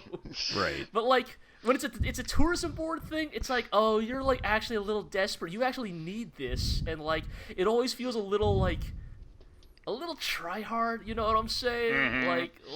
Like, please come to Okinawa. We're begging yes, look you. at our peppy local izakaya. Look at our lovely never, like- tourism board lady. Like, I never look did at the- look at all these cute girls that live here. Like, don't you like cute girls? Look at these hot Like- boys like- skateboarding down this mountainside. Yeah, exactly. Is this actually sponsored by Yes. anybody? Okay. It must be. It is. I would literally before Aqua even said it, I would put a gun to my head and say yes. God. Like, Okay. I do keep watching this show though, and be like, okay, not that I even liked Skate Infinity that much, but I was like, if these shows were somehow combined into one show, oh man, would that just improve both of them? yeah, Oh, can you imagine? Can you imagine the plot line where like, oh no, the woman's about to give birth, and like Reki's at the aquarium. don't worry, this and dude's Reki's really like, buff and can fireman yeah, carry her on his yeah, skateboard. Like Reki's like, don't worry, Lenga and I were right. Like, what if like Reki and Lenga were just like fucking like the two guys in Clerks? Oh yeah, right? yeah. Just at the store, they're just hanging out at the aquarium. Like they're not like full on stoners, but like they're just like Hey, just like, how about, can you put a sticker for aquarium on your deck during the race? Exactly. Yeah. Damn it. Well, Aquatope, it might not be the best thing ever, but I'm glad it exists. Yeah, for sure. It's all right. I'm glad we have it this season. Like I said, something that I know is not going to piss me off and be relatively enjoyable to I'm watch. not sure about the pissing you off. I mean, this is still PA Works. We might have a romance subplot. Oh, I was thinking if either of the girls goes for the new guy, I'm out. I don't think that's gonna happen. Like it almost feels like.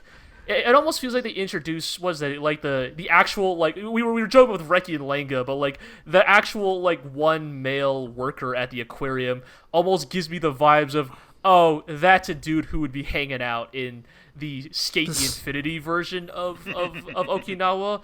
Like it's almost like they purposely wrote him in as like, oh, but don't worry, he's not a threat because he doesn't like women or whatever, or he's scared of girls or whatever, specifically to head off any worries of like love triangles at the pass. I thought they were very but subtly trying to boy, tell us though. he's gay, but Well, but there's the new boy, yes, but yeah, which again I think he shows up more in episode 3 than sure. Okay. So They're trying to but... they are I will guarantee you they're trying to set something up with him and the aquarium girl.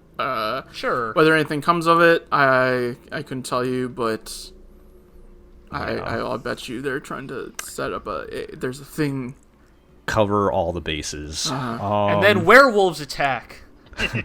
Oh yeah, we got to work that in to get all the PA works, but and then they got to race across all of Japan to win the big. No, we're not including that show. No, And then one of them falls down the stairs with an umbrella.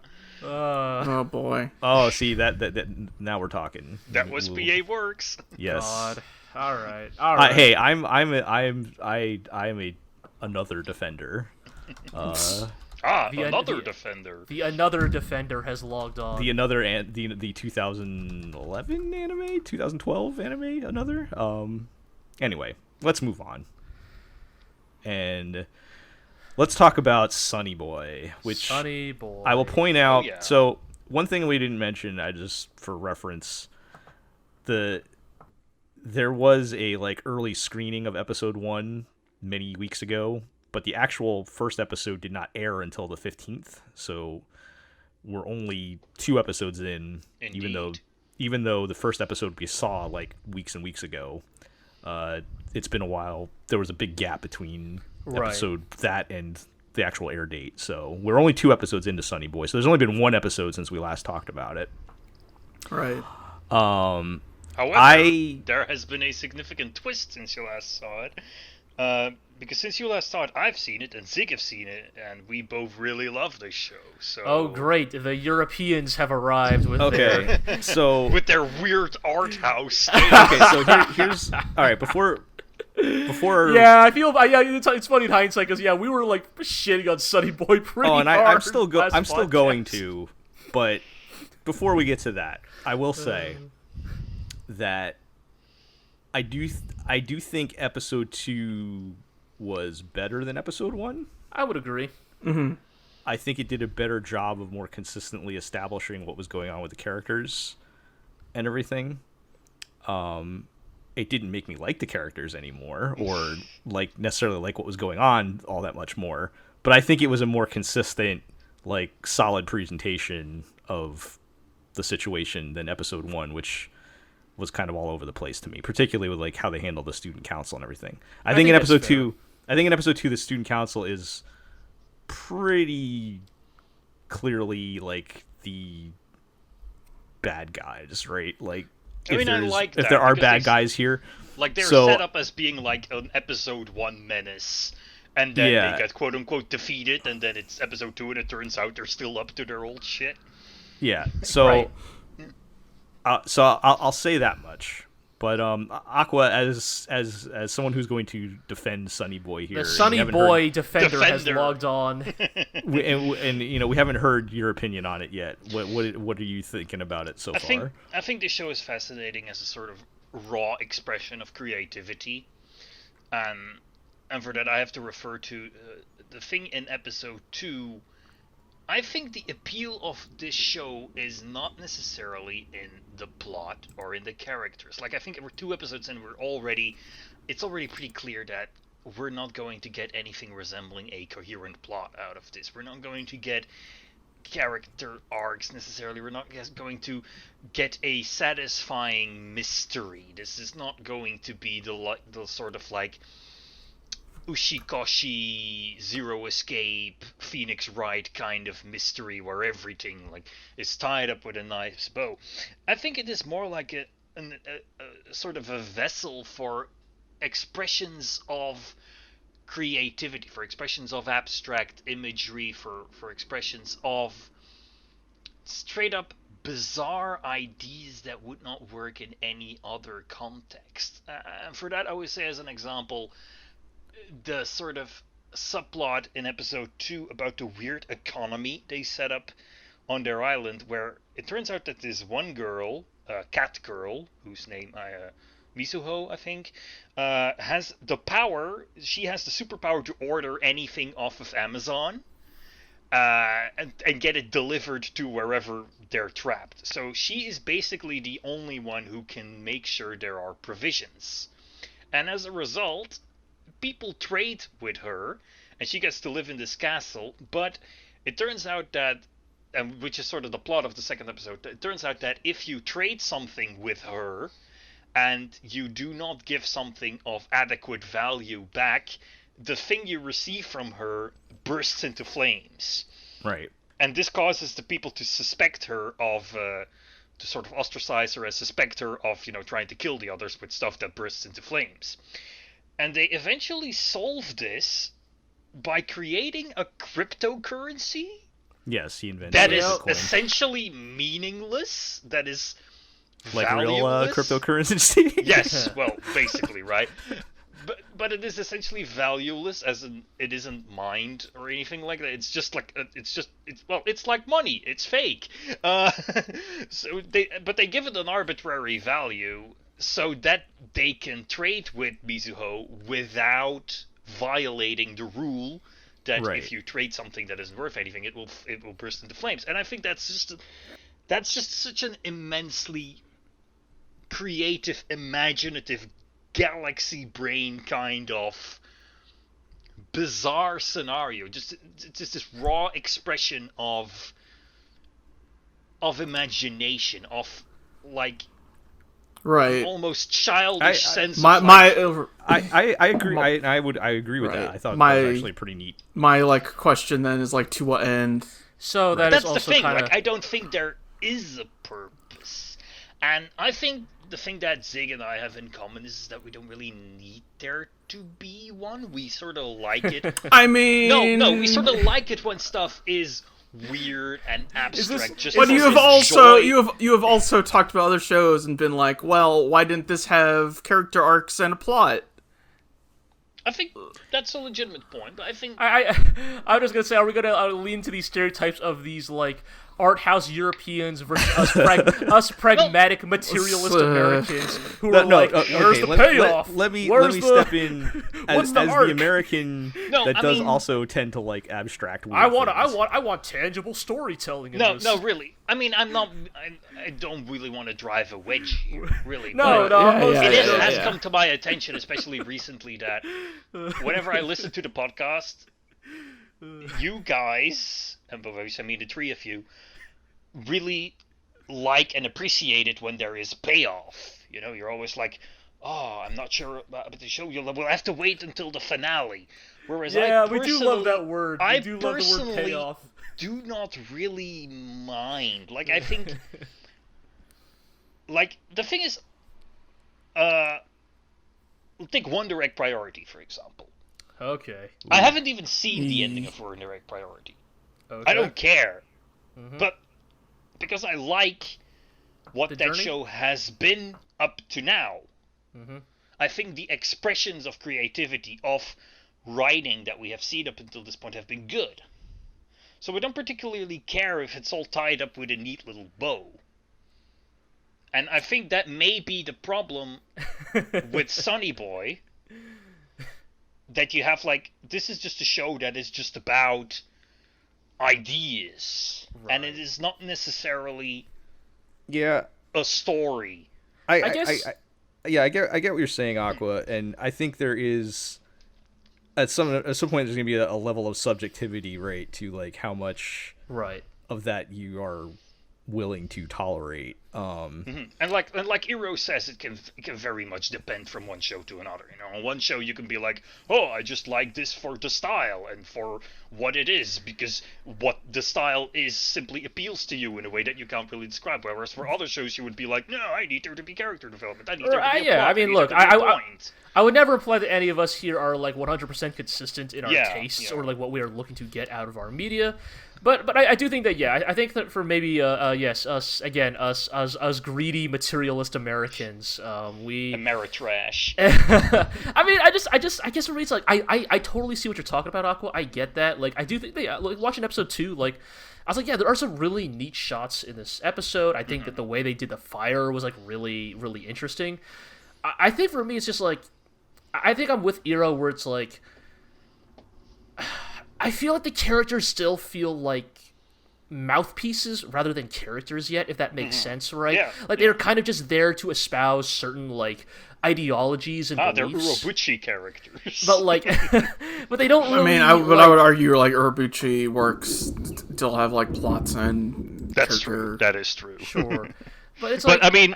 Like, if you say a character who only exists, or like, who exists mainly as a mouthpiece for a certain grandiose ideology, Urobuchi is usually the first name that comes I guess to mind. I wouldn't even go that far, right? Like, I'm not saying, oh, this character is pragmatism, this character is stoicism. I think it's more just like...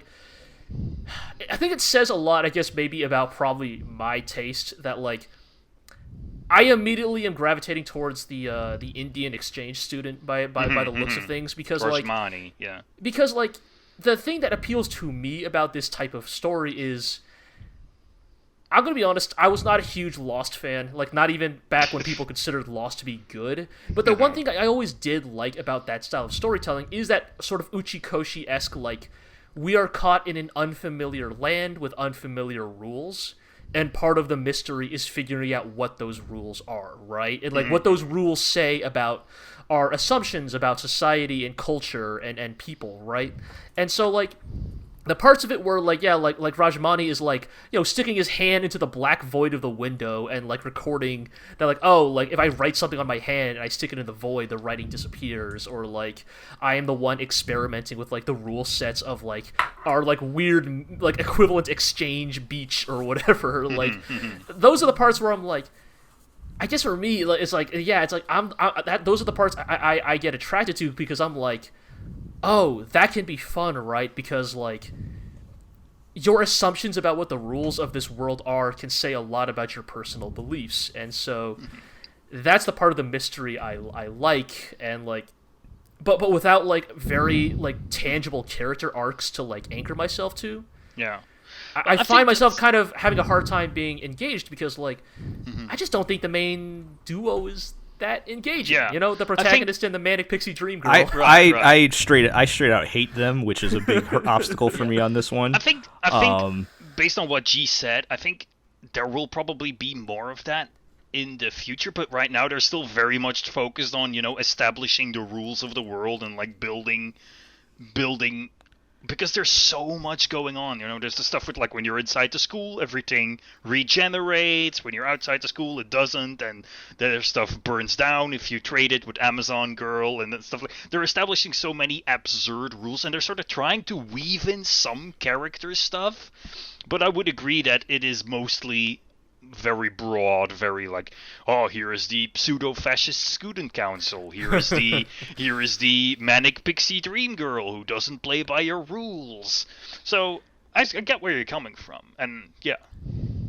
So here's what I would say, and this kind of speaks to your point, Aqua. because I was thinking about, last time when we talked about episode 1, I talked a lot about how I just don't like the characters, and that's still true, but I think that's not the biggest problem to me. Okay, so I agree. I'm not expecting like a explanation on the plot, what's happening to them. I really don't care about that. And I don't mind if the characters are more of like ideas basically than people, right? If we're not going for some, realistic human drama here and it's more of a morality play or whatever, that's fine. And I think out of the 3 Americans here, I'm usually the one that actually likes a lot of the abstract weird stuff.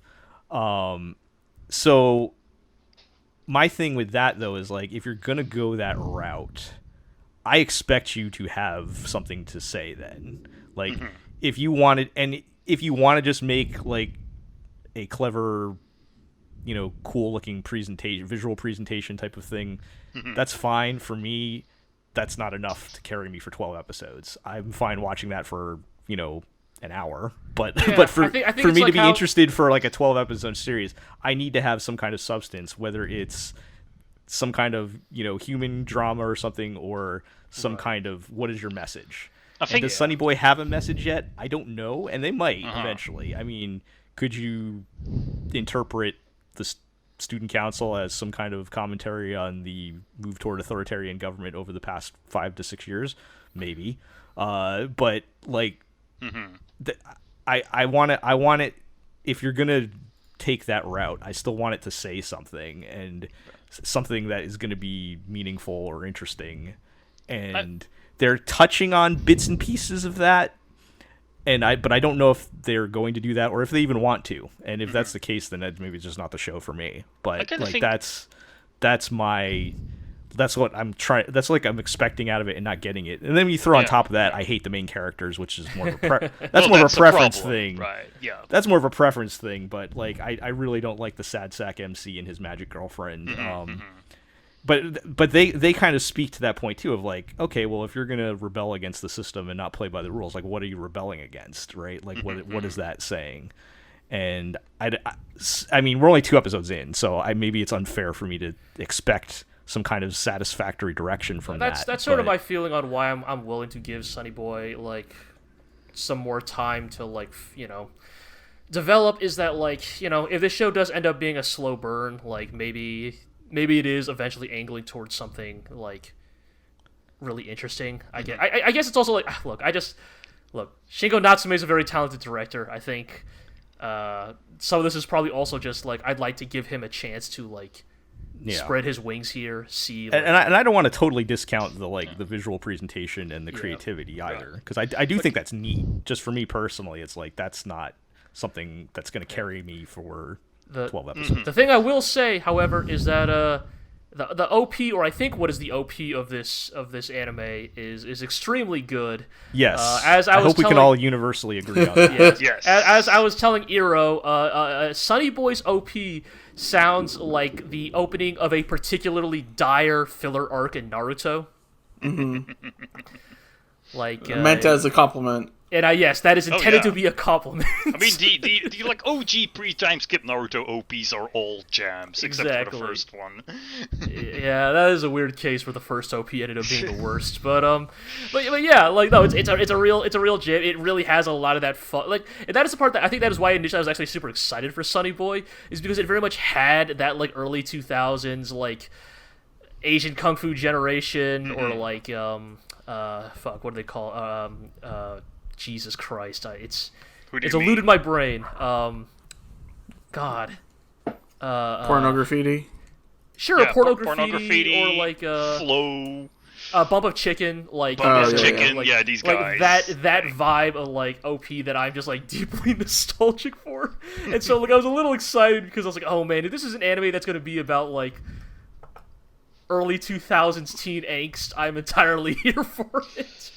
Yeah. I do want to say a couple more things. I think overall, sure, I would actually like, regarding the appeal of this show, oddly enough, I would compare it to another Shingo Natsume joint, namely Space Dandy, in that it is sort of like a show that blows you away with a creative idea, and the appeal for me is just looking forward to the next thing. It's like, what other cool creative thing are they gonna come up with? And not necessarily I want to see the continuation of the story. I just want it's like more like, I would argue Space Dandy had a solid base in a comedic ensemble. I would say Right, that like- is the difference, right? With Like Space the Dandy, kind you of- had these core cool characters, whereas here you don't really have any. Yeah, like the fun of like even like I think the reason why the more surreal episodes of Space Dandy work, right, is because you're working with such an outlandish character, and so like there is a fun like contrast in watching a guy like Dandy deal with like these very like often heady, surreal sci-fi concepts, and like there's a lot of fun in that, right? Because it's still Dandy, a dandy guy in space, like. And that was also like a lot of standalone stories. Right, Yes. and those were like 22 minutes, right? It was not like I'm trying to think like I feel like Space Dandy was specifically paced in a way where like you never had two like of those really surreal episodes back to back. I mean, Space Dandy Because, was like- the perfect episodic show. Like Right, that it was is the- the it thing was I an will anthology remember show, for it. yeah. But And yeah, maybe it's just I that tone works better in at least for me personally in that sort of anthology format than as a serial television series. Yeah. Well, I remain interested because they seem to be placing a lot of attention on the concept of rules. Like in the first Right. episode, it was a big thing. In the second episode, once again, there are fundamental rules to the universe that they're in. We're going to find ways to circumvent these rules. And in that context, the choice for a quote-unquote like super classic manic pixie dream girl as your female protagonist who doesn't play by the rules is sort of justified. So I wonder if they are going to try and actually do something with that and not just, hey, let's have a manic pixie dream girl because that's what people like.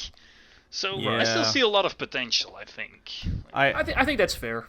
That would be nice if they did something with that. I don't want to be old cynical anime man here, but I don't feel like I did not get the impression that that's where we're going. I think it's Back in my days, anime protagonists came falling from the sky with their big boobs, and it's just the same thing. When was the last time a girl fell from the sky in anime? my magical girlfriends were actually magic. I'm taking those two characters at face value. I'm not expecting much out of them. All right, we'll have plenty of time to pick this show apart in the future, so we got to move on for now. But I guess before we close up, do you guys want to at least mention some of the other things you're watching that we may be talking about in the future? We'll keep it short since we managed to actually make a full-length podcast out of this, but I'll just say that in lieu of this season being as barren as it is, Iro and I have decided to return to some old backlog favorites that we never got around to finishing. Just we figured now's the time, right? Like when if not like now. half the shows we talked about today are not going to be on the list anymore. Right, like so. Of next course, time, we so. already mentioned Get a Robo Armegeddon, but also if you want to look forward to other old shows we'll be talking about in future podcasts, Iro and I have begun watching Akira Amamiya's sophomore work, Ninja Slayer, and season 1 of Urobuchi Gen's Thunderbolt Fantasy. Yes. And Yikes. I can confidently say I'm having a blast with both of them. Is there anything to talk about on Ninja Slayer? Like I watched half of it. Yeah, the EDs are really good. The jokes are like, I mean, it's a comic. There's no point in trying to explain the jokes in podcast format, but it's a very funny show, and you can see the beginnings of what is portrayed better in Sacred Man, I think. Yeah, like it's crazy to say that, but there are bits and pieces of Ninja Slayer where you go, oh, that becomes Gridman, like remove the stupid jokes from this, and this is Gridman. Like this becomes what? Right. It's just that the format of Ninja Slayer does not take kindly to like pensive character work for a couple minutes. Right. When it's like, this isn't the show for that.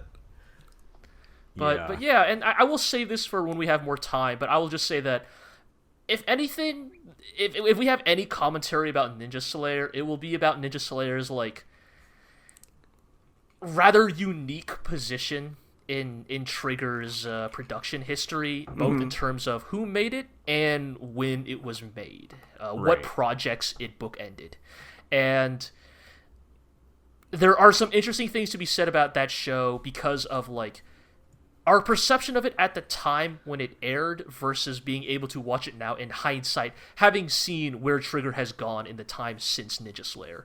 But again, I think that is worth saving for a future podcast. Yeah. As for Thunderbolt Fantasy, man, that show is just a lot of fun. It's just like a bunch of like dudes in robes talking about virtue and you know, like swords fighting demons and shit, and men throwing child-sized dolls across the room. it's a lot of fun. It's great. It's a lot And they of fun. all have names like Seagull flies eastward and stuff like that. Yeah, Hell yeah, yeah. you know, like we gotta go visit what the Necromancer, in what's Night her Demon fucking- Forest. Right, in Night Demon Forest, you know, because we need to get past the zombie swamp to reach the Dark Sorcerer, Bones of Creation. It sounds was like like a hiding Dora within the Seven Explorer. Sins Tower, like Right, in Seven Sins Tower. That's pretty good. It's a lot of fun. That show, like, it's interesting that, like, yes, it is, like, you know, you hear directed by Urobuchi, you expect certain things, but like it really is like a super what's the word, like authentic, like take on those like wuxia style tropes, and it's a lot of fun as a result. Via live-action puppets. hell yeah. It's very good. It's very good. There is some like surprisingly really great acting with those puppets. Like every time you see it, like there's this. Oh, one I'm dude, always impressed with the artistry. Yeah. the production of those like things. there's one character who's kind of your like, you know, he's kind of like the, you know, the archetype, like hot blooded little brother type archetype of like he talks a big game and like, you know, he's got a big mouth. And you know, he's a little flirty, and every time he like does this fucking hair sweep where he like sweeps his hair with his hand, and it's like, that's just a puppet, man, and it's so good. There's It's one so spot, there's good. one spot where he like is grandstanding, but he like steps and puts his leg on the like table or whatever. And I'm like, that's a puppet. How you doing that? Yeah, it's just like, how are you people doing this? Like, Well, I can't wait till you guys get to the episode where the recent one where they pull out the Nendoroid. oh that's yes, like- of course. That's quite a while, way but- later. Yeah, I can't believe they've made 3 seasons of this. Like Apparently, they're planning 5 seasons, I think. Yeah. that's crazy to me. I mean, It's just funny to think that this has I think been it's also the primary... more popular than I giving it credit for. Yeah, I think so. Like it's crazy to think that this has been the primary Urobuchi project for like the last Several years. like few years. It's Is that our next hashtag, free Urobuchi? No. I think he's having a good time with Thunderbolt Okay. Fantasy. I think he can stay here if he wants. I can stick with my free Yoichi Fujita hashtag. Yeah. Free Suramaki.